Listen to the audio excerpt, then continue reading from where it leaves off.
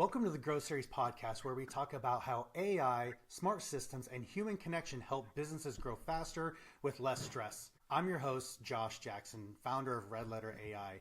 For almost 20 years, I've lived by the idea of high tech and high touch. We build simple systems that take the heavy lifting off your team, keep your pipeline full, and help your leaders spend more time on what really matters instead of getting pulled into the day-to-day chaos.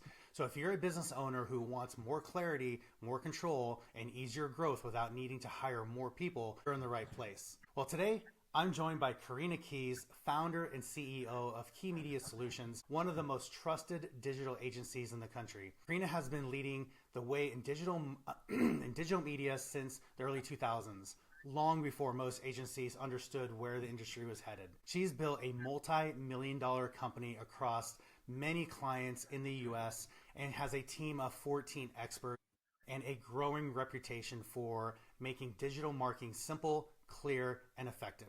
Korena, I'm excited to have you here today. Hi, Josh. Thank you. I'm excited to be here. Yeah, so you built Key Media Solutions Yes, to have more freedom with your I family. do. So I'd love to ask you, what is the biggest lesson you've learned about running a successful business while also prioritizing family? There have been several lessons along the way, many that I could attribute to really big ones.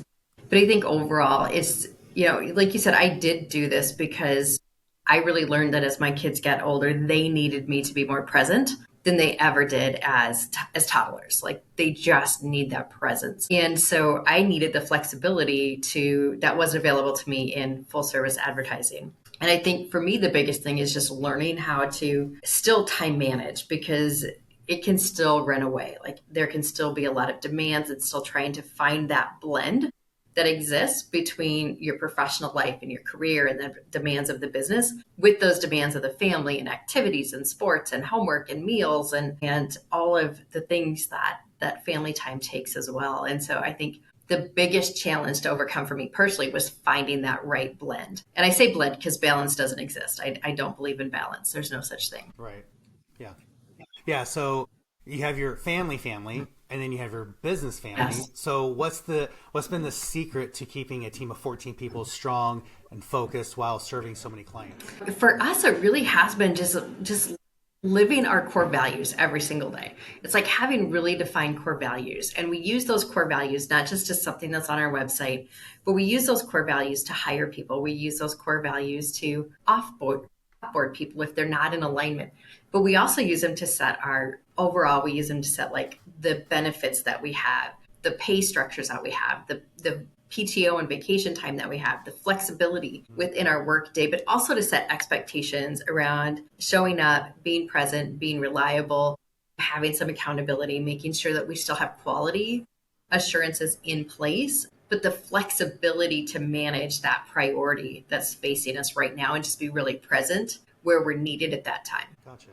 So if you're looking at the digital marketing world right now, what would you say is the most frustrating trends or problem that is confusing a lot of business owners? There's a few. I mean, obviously, it's a very fast paced, fast changing environment, especially right now. I feel like we've been saying that for a really long time. Like, is it ever going to slow down? Are we going to get a chance to catch up? Probably not. Just between all of the changes that are happening in the industry with AI and all the evolutions of AI, but then platform updates and changes in how the platforms work and how they're presenting data and how they're working and how we find information and go in and log in. I mean, we just literally got another email right before this of a client who's logged out of their Meta account. And they're like, how do we get back in? What do we need to do? I don't know what I did. It was working yesterday. Or where do I find this piece of data? Or how do I do this now because it's all changed? And I think that has just been a growing frustration across the board. Yeah, so you're right. AI is changing everything, and it literally feels like it's changing daily. Yes. I had a talk with a CEO yesterday who's got a software platform, and what he's creating is absolutely incredible. So, what do you tell people? What do you tell clients, or what is your advice to your clients to help them handle the changes without getting overwhelmed? One, rely on us. Like, we're here to help you and we're here to take stuff off your plate. That is what we do. But I think overall, our clients are looking at us to teach them how can they use these tools? How can they start incorporating some of the capabilities that AI brings for the better without going so far that they risk the backlash, that they're starting to run into issues with compliance or regulatory or confidentiality. And so they're really looking to us to be the teachers, to help guide them through this process, to tell them, here's some best practices, here's some places to start, here's some easy entry points that you can utilize, and then let's build on them and let's grow and show them how we're utilizing it in ways that are making a difference and having an impact. Yeah. And you and I both, here's the thing, you and I both know that they're coming to you secondary. They're trying things for themselves for the first time, right? Mm-hmm. It's not working out. They get frustrated. They don't know, overwhelmed. So what do you see as, what's the mistake they're making in trying to use AI for the first time? One, I think it's either they're just not stepping in. Like, we're actually seeing a lot of businesses that are just so afraid of it that they're not utilizing it all. In fact, I had a conversation with one client yesterday that says AI is absolutely, you cannot use any AI in any work that you do for us. It's not permitted. Nobody on our team is allowed to use AI, which people are then just using it and not reporting it, but they've absolutely banned it. So I think that's the first risk that we're seeing. But then I think it's two is they're not doing some of those quality assurance pieces. They're not fact checking. They're not verifying the data is correct. They're not taking the time to make sure that what they're getting out is actually good information. It's kind of like you can't just copy and paste. You have to go through and you also have to know enough about what you're asking the AI to do to be able to know if it's good, if it's valid, if it's accurate. And I think we may have talked about this before the call, but I was working on a PowerPoint presentation for a webinar. And I asked it to identify 3 case studies within this specific industry that were relevant to the topic. And it gave me 3 amazing case studies. And so I'm like, great, source this. I want to look at this. Give me the source links for where you got this information, because I really want to learn more about each of these case studies. And the AI tool came back and said, well, they don't really exist. They're not real. I made them up. Okay, well, that's a problem. But I think that's the risk, is we have to know enough and still have our expertise and our knowledge deep enough to know when something is truly real and when it's a hallucination or when it's a fabrication, as that was. Right. ChatGPT lies to me all the time. Every day. And I call it on oh, you got me. Right? Well, it's interesting, Josh, because one thing that I learned, I was just at a marketing AI conference in October. And the one thing that we learned is that ChatGPT was built to hallucinate. It is built to be a predictive tool, not a reporting tool for factual historical events. And to me, that was mind blowing because I'd never thought about it that way. And it changed the way that I talk to ChatGPT. So instead of telling it hey, solve this problem for me, it's, I want you to solve this problem for me, but I only want you to use factual historical information where you can cite sources. Or I want you to predict what the future is going to be, which means you cannot just rely on some of this information. Yeah. So I want you to pull out your crystal ball and I want you to tell me what you think will be completely different in digital marketing in 1 year because of AI.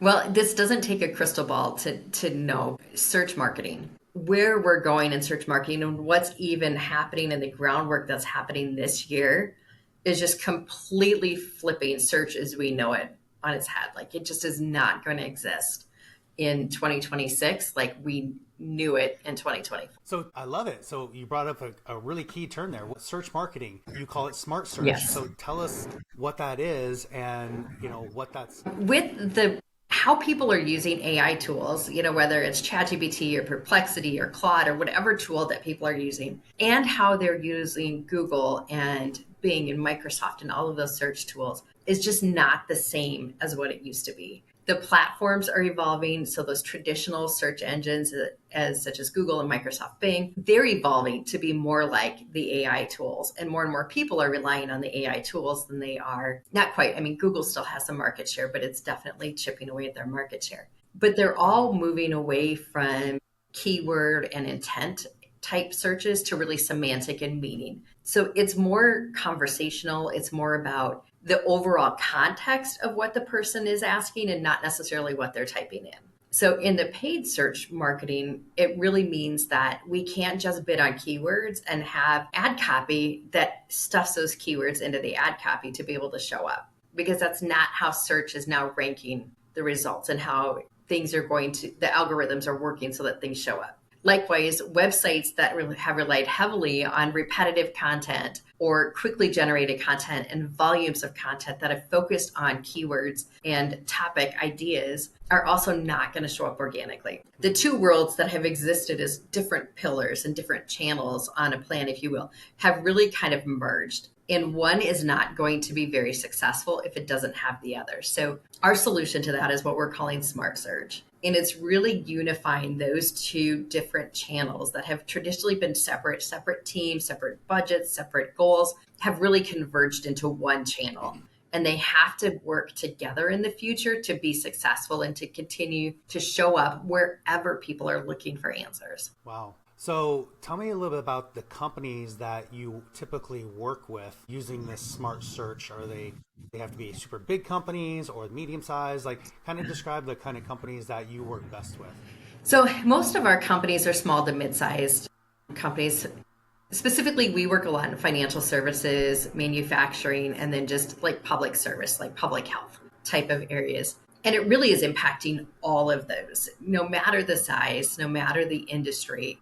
We're really seeing an impact across all of it. We had one client in particular who was a small nonprofit e-commerce business. And I mean by small, like they have a tiny location in central South Dakota and rely heavily on just summer tourism traffic even to fund like the local brick and mortar business, but they've really expanded their online capabilities and are able to now offer their local native made products online. And so we have seen that by really converging these and not having a pay-per-click campaign, not having a search optimization campaign, but really merging them together, that they not only found stability through all the algorithm changes that were rolled out this summer, but we're seeing huge increases in rankings for all of the pages of their websites. Their keywords went from indexing 1,100 keywords to almost 13,000 keywords in a matter of 4 months. Their site visibility is driving organic traffic to all pages of the website, not just to the home page as it used to be. And so it really is showing almost immediate impact, even for this little tiny e-commerce nonprofit. And what we're seeing in larger organizations is just mimicking those trends. Yeah, I was going to ask, that's kind of my next question I was going to ask you about is what are the typical problems that people come to you with? Maybe it's a traditional way of doing things. I don't know, maybe it's something else, but like what are the main problems people are coming to you with? Yeah. And then how do you solve those? How is Key Media different?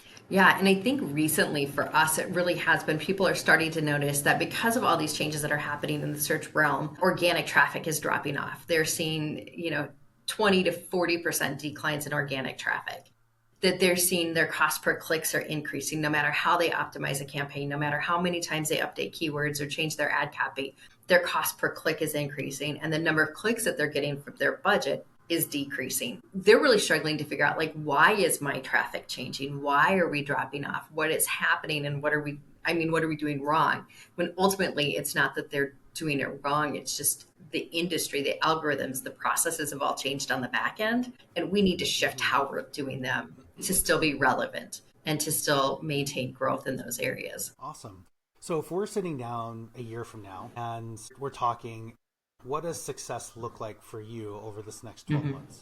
For us, I'm going to go back to the AI thing that we were talking about before. For us, our goal in the next year is really to become an AI forward agency. Now we use AI like everybody else. All of the platforms are using AI and we're testing it. We're looking at how that's impacting our campaign signals and our optimizations and our audience targeting and that. But ultimately for us, my goal is that I want to increase our client load and our client billables by 20 to 25% without increasing our people. I want to keep the same people we have, but learn to build and to implement AI agents or custom GPTs as actual team members within our organization that are managed by our human people, if you will, so that our org chart is really going to be built out in a way that we might, on the org chart, double the headcount that we have in there, but most of that is going to be through AI agents or custom GPTs. Yeah, AI SDRs.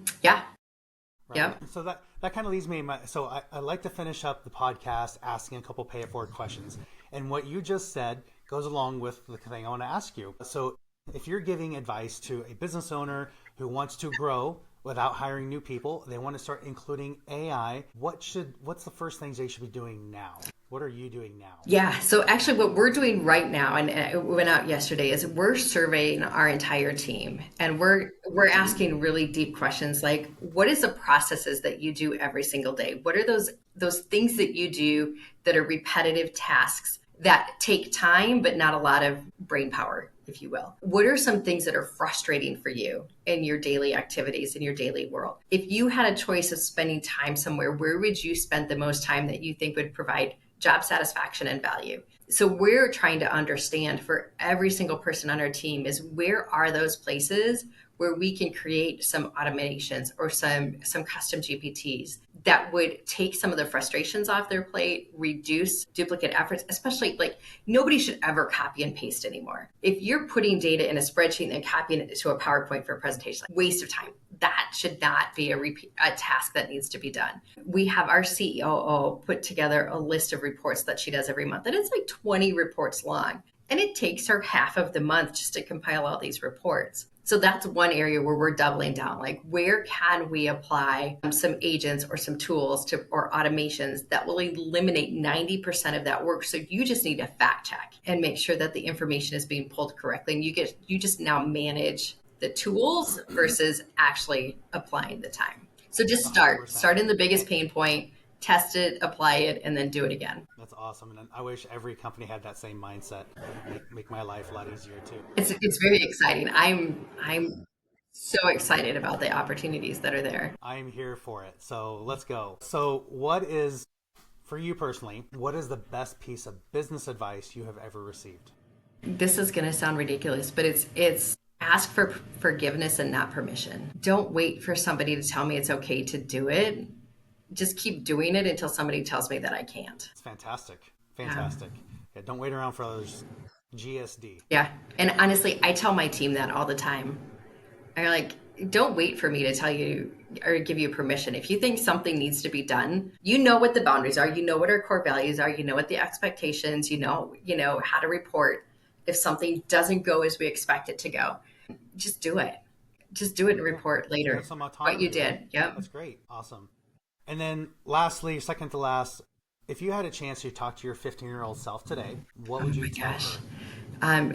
That girl is so different than the one today. She was shy, she was bashful, she was looking for acceptance and permission and all of those things, which led me this winding path to today. But honestly, I just believe in yourself. Like, you have to be your biggest cheerleader, and you have to be the one that believes in you more than anybody else. And so when people start questioning, what, why, how, it's okay. We don't all think the same. We don't all believe the same things. We don't all have the same calling in life. We don't all have the same values and passions. It's okay to not just succumb to what everybody else thinks it is that you should be doing, but believe in yourself. Yeah, like it. So my last question is how can people find you? If they want to know more, if they want to work with you, if they have questions, how can they find you? Yeah, the easiest place is just go direct to the website, which is just keymedia.solutions. There's all kinds of information. We also have a ton of resources there. We talk a lot about the algorithm changes that are happening right now. There's just a whole bunch of content there around that, but that's probably the easiest way to do it. Also, LinkedIn is just Korena Keys on LinkedIn is also a great place. I will accept almost any request. And I will not spam you if you request me. I will not automatically send you a whole bunch of in-mails looking to schedule meetings or send you sales pitches. I mean, like I did for you to ask you to be on my podcast. I'm joking. I know. I'm joking. But we will have all of those links down below in the notes. So, Korena, thank you so much for being here today. I thoroughly enjoyed chatting with you. Thank you. It's been a great conversation.